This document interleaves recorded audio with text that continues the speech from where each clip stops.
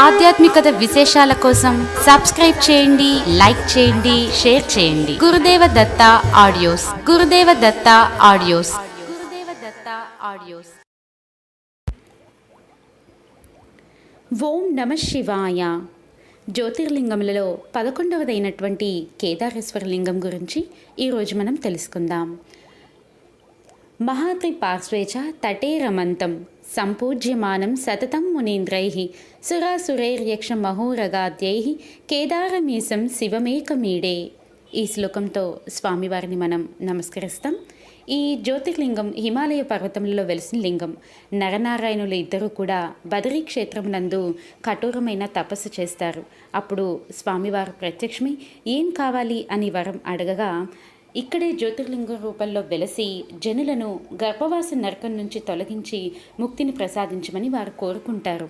ఈ క్షేత్రం అత్యంత ప్రాచీనమైనది.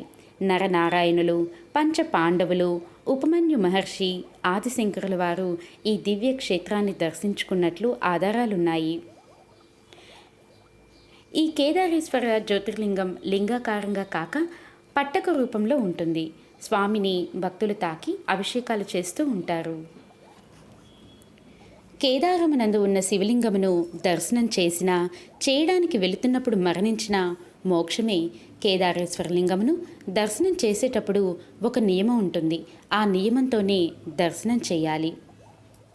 ఇప్పుడు మనం శ్రీ శివ మహాపురాణం అనే గ్రంథంలో ఏముంది, చాగంటి గారు ఏం చెప్పారు ఈ జ్యోతిర్లింగం గురించి అనే విశేషాలను తెలుసుకుందాం. భగవంతుడగు విష్ణువు నరనారాయణులను పేరుతో ఇద్దరుగా అవతరించెను.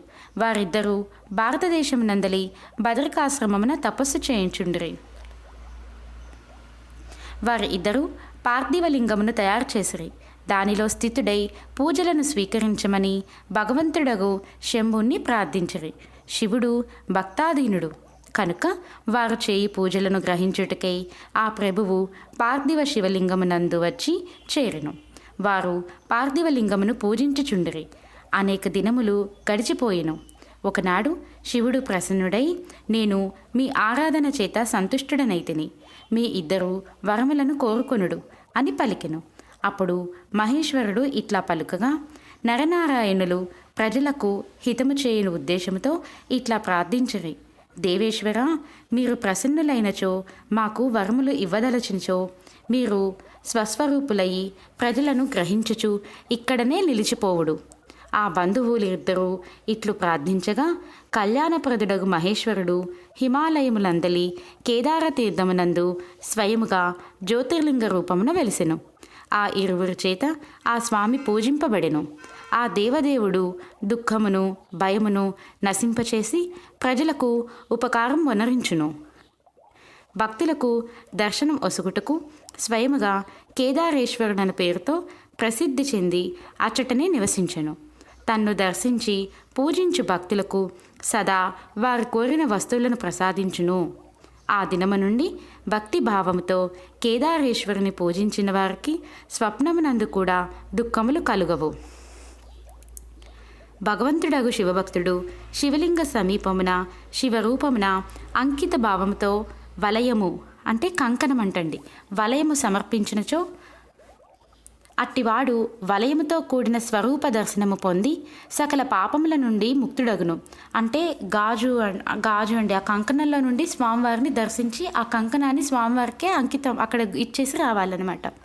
అలా స్వామివారిని దర్శించుకోవాలి అని చెప్తున్నారు. మళ్ళొకసారి చదువుతానండి. భగవంతుడగు శివభక్తుడు శివలింగ సమీపమున శివరూపమున అంకిత భావముతో వలయము కంకణము సమర్పించినచో అట్టివాడు వలయముతో కూడిన స్వరూప దర్శనము పొంది సకల పాపముల నుండి ముక్తుడగును. జీవన్ముక్తుడు కూడా అగును. బదరీవనమునకు యాత్ర చేయువానికి జీవన్ముక్తి కూడా లభించును. నరనారాయణుల కేదారేశ్వర శివరూపమును దర్శించి మానవుడు మోక్షమును పొందును. ఇందులో సంశయము లేదు. కేదారేశ్వరుని మీద భక్తి కలిగిన పురుషుడు అచటకి వెళ్ళుటకు యాత్ర ప్రారంభించును. ఆ స్వామిని చేరుటకు ముందే మరణించినచో అతడు కూడా మోక్షమును పొందును. దీనిని గురించి ఆలోచించవలసిన అవసరము లేదు. కేదార తీర్థమునకు వెళ్ళి అచ్చట భక్తితో కేదారేశ్వరుని పూజించి ఆ జలమును త్రాగినచో మానవులకు పునర్జన్మ ఉండదు. బ్రాహ్మణులారా, ఈ భారతదేశమునందు భక్తిభావముతో సకల జీవులు భగవంతులగు నరనారాయణులను అట్లే కేదారేశ్వరుడగు శంభుణ్ణి పూజించెదరు.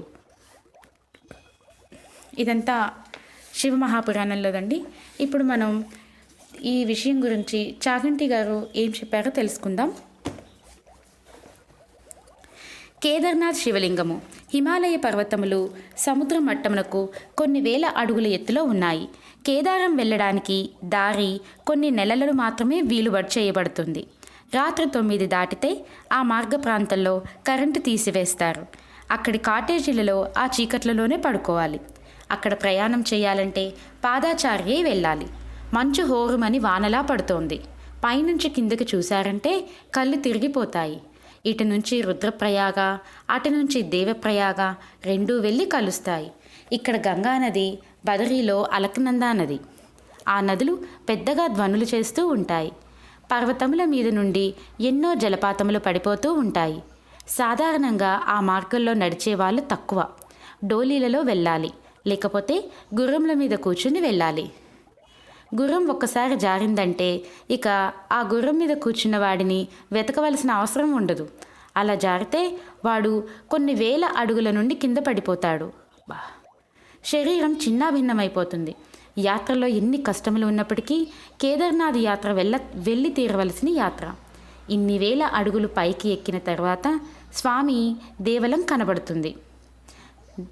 లోపలికి వెళితే లోపల పెద్ద అంతరాలయం ఉంటుంది. అక్కడ మహానుభావుడు కేదారేశ్వరుడుగా వెలిశాడు. కేదార శివలింగ దర్శనము చేసిన వాడికి మోక్షము కరతలామలకము అని శివమహాపురాణము పెద్దలు నిర్ణయం చేశారు. కేదారం వెళ్ళినప్పుడు పడిపోయిన వారికి కూడా మోక్షము దొరుకుతూ ఉంటుంది. అటువంటి కేదారేశ్వరంలో ఆ శివాలయంలో ఒకసారి ఒక విచిత్రమైన స్థితి ఏర్పడింది. అక్కడ శివలింగం వెలిసి కొన్ని యుగములు అయిపోయింది. శివాలయంలో శివునికి పునఃప్రతిష్ఠ ఉండదు. ఒకసారి పాండవులు 5 కలిసి కేదారేశ్వర దర్శనంకు వెళ్ళారు. అప్పటికి ఆలయంలో చిన్న శివలింగం ఉంది. పాండవులు ఏం చేస్తారో చూడాలని శివునికి ఒక ముచ్చట. ఒక చిన్న దున్నపోతు రూపంలో పరిగెత్తాడు. పాండవులు దానిని గమనించారు. వారు అది ఖచ్చితంగా శంకరుడే అయి ఉంటాడని భావించారు. మహిషా రూపంలో వెళుతున్న అంతటా ఈశ్వర దర్శనం చేశారు పాండవులు. ఆ లింగం మాత్రమే శివుడనుకోలేదు. వాళ్ళకి అక్కడ వెళుతున్న మహిషమునందు కూడా శివుడే కనపడ్డాడు. ఇప్పుడు దాన్ని కాళ్ళు పట్టుకోవాలని వారు ఆ మహిషం దగ్గరకు వెళ్ళారు. వాళ్ళకి దాని కాళ్ళు అందలేదు, తోక అందింది. ఈశ్వర స్వరూపంగా దాన్ని తోక పట్టుకున్నారు. వాళ్ళ భక్తికి మెచ్చుకున్నవాడై ఈశ్వరుడు తన పృచ్ఛ భాగమును అక్కడ విడిచిపెట్టి దానిని శివలింగంగా మార్చివేశాడు.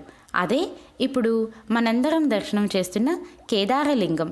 కేదారం వెళ్ళి వచ్చిన వాడికి అంతటా శివుణ్ణి చూడటం అభ్యాసంలోకి రావాలి. అంత పరమ పావనమైన క్షేత్రం కేదార క్షేత్రం. అక్కడే మనం ఎక్కుతున్నప్పుడే దూరంగా కైలాస దర్శనం అవుతుంటుంది. అదిగో కైలాసం కనబడుతోంది చూడండి అంటారు. ఆ మంచుకొండ నిజంగా కైలాసంలాగే భావిస్తూ ఉంటుంది. వర్షం ఆగి సూర్యకిరణములు పడుతూ ఉంటే ఆ దృశ్యం చూడటానికి చాలా అందంగా ఉంటుంది. కైలాస సమీపమునకు వెళ్ళి వచ్చినట్టు అనిపిస్తుంది. శంకర భగవత్పాదులు అక్కడే తన సత్యదండమును విడిచిపెట్టేశారు అని భక్తులు నమ్ముతూ ఉంటారు. కైలాస పర్వతం శంకరుల సత్యదండపు పెద్ద ఫోటో ఒకటి ఉంటుంది. అక్కడే ఒక చిన్న ఆలయం కూడా ఉంటుంది. కాబట్టి కేదారము అంత గొప్ప క్షేత్రం. కేదార క్షేత్రం వెళ్ళిన వారు తెలియక ఒక పొరపాటు చేస్తూ ఉంటారు. కేదారలింగమును తిన్నగా కంటితో చూడకూడదు. వలయమును పట్టుకుని వెళ్ళాలి. వలయము అంటే చేతికి వేసుకునే కంకణము వంటి గుండ్రని వస్తువును తీసుకువెళ్ళాలి. అంతరాలయంలో ప్రవేశించగానే కంటి ముందు ఆ వలయమును పెట్టుకొని అందులోంచి చూడాలి. కేదారము దర్శనము చేత మోక్షం ఇయ్యగలిగిన క్షేత్రము కనుక సమస్త బ్రహ్మాండము నిండినవాడు వీడే అని తెలుసుకోవడానికి కంటికి అడ్డంగా ఒక వలయాకారమును పెట్టుకొని అందులోంచి కేదార లింగమును చూడాలి. అలా చూసిన వలయ కంకణమును అక్కడ వదిలిపెట్టి వచ్చేయాలి. మన చేతికి ఉన్న ఏ బంగారు కంకణమునో ఉపయోగించినట్లయితే దానిని అక్కడ వదిలిపెట్టేయడానికి మనసు ఒప్పదు. కాబట్టి ముందే ఒక రాగి కంకణమును పట్టుకొని వెళితే రాగి చాలా ప్రశస్తము కనుక ఆ కంకణంలోంచి కేదారలింగంను దర్శనం చేసి దానిని అక్కడ వదిలిపెట్టి రావచ్చు. ఇక ముందు వెళ్ళేవారు ఒక వలయంలోంచి కేదారలింగంను దర్శనం చేసి ప్రయత్నం చేస్తే మంచిది.